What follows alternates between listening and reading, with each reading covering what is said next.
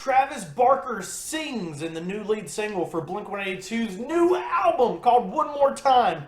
Let's see what other kind of craziness the follow-up to Edging has to offer us in this review of Blink New.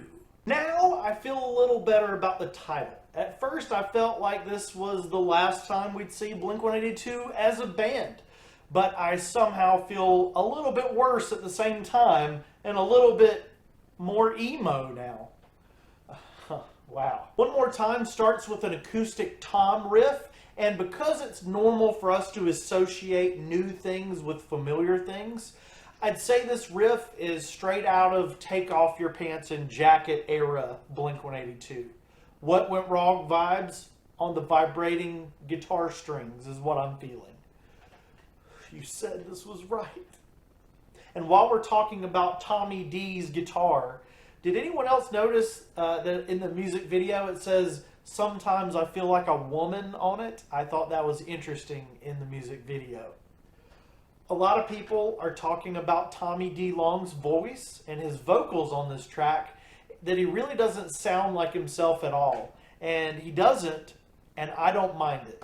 In my mind, the band, they knew that they were writing an important song and it needed to be more serious, perhaps more serious than anything the band had written previously. Just like for this video, now I have light where before I didn't have it. You know, God said, "Let there be light," and I turned on that lamp over there. Right? So, Tom is auto-tuned, but it's not overly done. It's used the way that it was intended to be used, the way it's supposed to be, to support the mood of the music being made. And this mood, oh boy. I hope that Blink-182 stay this raw and this hurt for the entire project, even though I know that Edging is on this album somewhere. Tom and Mark will trade vocals just like the legend says, but in 2023, all bets are off because Travis Landon Barker is singing vocals! Gosh, pooping vocals! This is something I've been waiting for since 1998, 1999, and I never thought it would happen. I never thought that this would be. Travis Barker, I have searched low and high and low, pooping for Travis Landon Barker lead vocals. Now we can kind of do stuff with AI, but we don't need to. That's why he's doing it. Not really. We'll get into that. This Travis Landon Barker vocal stimulation of our psyches, it actually ties in with Tom DeLonge's auto-tune and Mark's deadpan delivery, right? Marcus, oh, I'm so excited. Travis M.F.ing Barker singing lead vocals. Travis on lead vocals, Tom's auto-tune, Mark's deadpan delivery. These things are all intertwined. One More Time is a huge dose of reality from a band that we haven't seen in this iteration, this form, in years. Mark, Tom, Travis. This song, like we had Edging to kind of hold us over, but this song, it could not be a Mark song. It could not be a Thomas song. It could not be a Travis Landon Barker song. It had to be all three. It had to be Mark, Tom, Travis. It had to be Mark, Tom, and Travis all at the forefront of the song, even more than Edging, because this marks a new beginning for Blink-182. It's a grim reality that we're facing here. Tom sings with his voice breaking, especially right into strangers. You can hear it. You can feel the pain that he's about to bring up. Tom says he saw the whole world, but couldn't see the meaning. He couldn't recognize his friends. Now this hit me. This struck me. It mentally, I understood it. Imagine you and your best friend. You guys hang out in town, you get dinner, you might even go on vacation or something together. But now imagine you and your friend or family member in another country, like on the other side of the globe. And imagine doing that every night. Another country, another world, another planet. I wouldn't know how to interact with my best friend either if we were in that kind of situation that was constantly fluctuating each night. It doesn't feel real. It doesn't feel like you're really interacting with each other. You're kind of having to take in your surroundings instead of interacting with your buddy.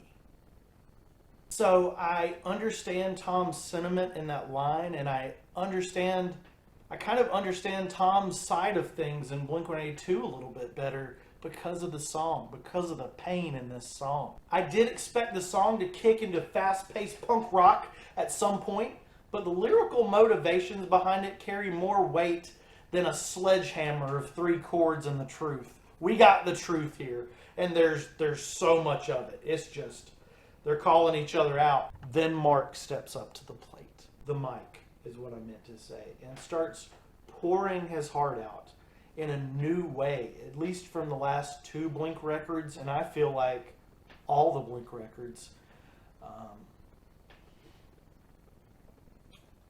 I wish they'd told us it shouldn't take a sickness or airplanes falling from the sky.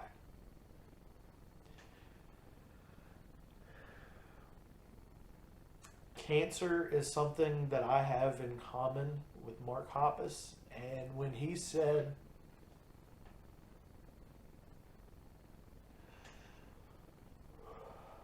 it shouldn't take a sickness,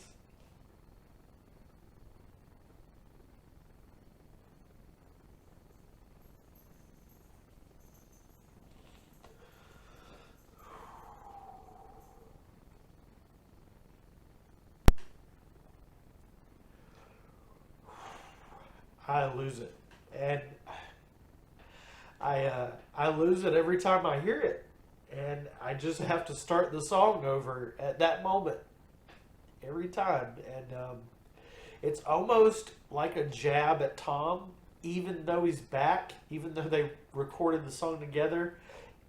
And why do we only get back together when tragedy happens? This is just raw, unfiltered emotions inside of a Blink-182 song. It's got flavors from Tom, the Tom bashing plus 44 music, and to hear that fused with the song that Tom made, it's like nothing I've ever experienced musically. Tom's chorus, it can be relatable to like general audiences. You know, it can be relatable to lovers or friends, siblings, or all of the above. The Blink nerds in us will know that it's about the band, however. But other people, they can pretend it's about lost love, or they can play it at their wedding or something like that. After Good Riddance, of course. Or before Good Riddance. You got to do Good Riddance last. Do I have to die to hear you miss me? Do I have to die to hear you say goodbye? Let's getting into that. You need to tell people how you feel before their funeral. You need to tell people that you love them before they are dead. And Mark and Tom are telling each other this in the song. And Travis is saying the same thing. We've been through this.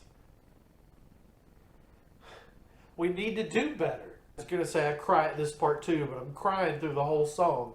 Are Blink-182 emo? I've never thought of them as emo. Because, man, I'm a little emo now. Wow. It's kind of got an I Miss You vibe and similar lyrics as well. And that's kind of a fancy callback for us Blink-182 hardcore fans.